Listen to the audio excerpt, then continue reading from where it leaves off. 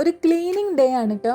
എല്ലാ ദിവസവും എല്ലായ്പ്പോഴും മഴയാണ്, രാവിലെയും ഉച്ചയ്ക്കും വൈകുന്നേരവും രാത്രിയും ഒക്കെ. ഞാൻ തോർന്നിട്ട് ക്ലീനിങ്ങിന് ഇറങ്ങാമെന്ന് വിചാരിച്ചാൽ അതിന് ഇനി സാധ്യത ഞാൻ കാണുന്നില്ല.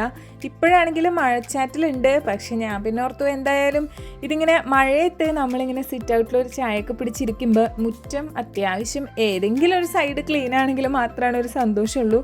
ഫ്രണ്ട് സൈഡ് എന്തായാലും പോയി, അവിടെ പണിയും കാര്യങ്ങളൊക്കെ നടക്കണ തന്നെ മൊത്തം മെസ്സാണ്. അപ്പം ഞാൻ ഓർത്തു ഈ സൈഡെങ്കിലും ഒന്ന് ചെറുതായിട്ട് നീറ്റാക്കി ഇടാന്ന്. നിങ്ങളീ കാണുന്നതിനേക്കാൾ ഇരട്ടി മെസ്സാണ് ചെയ്യുമ്പോൾ. കാരണം ഈ മഴ നനഞ്ഞ് കരിയിലേക്ക് ഇങ്ങനെ ഒട്ടിപ്പിടിച്ച് കിടക്കുവാണ്, എന്തോരം അടിച്ചിട്ടും അങ്ങോട്ട് നീങ്ങുന്നില്ല.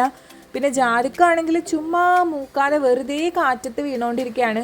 അപ്പോൾ മൊത്തത്തിൽ ആകെ കുറച്ച് പണിയായതുകൊണ്ട് അമ്മ എന്നെ ഹെൽപ്പ് ചെയ്യാൻ വന്നിട്ടുണ്ടായിരുന്നു. ശരിക്കും പറഞ്ഞാൽ മഴയൊന്നും മാറി നിൽക്കുന്ന സമയത്ത് ആ ദിവസത്തെ ക്ലീനിങ് അങ്ങോട്ട് കഴിച്ചു വെച്ചാൽ ഇത്രയും പാടില്ല കേട്ടോ.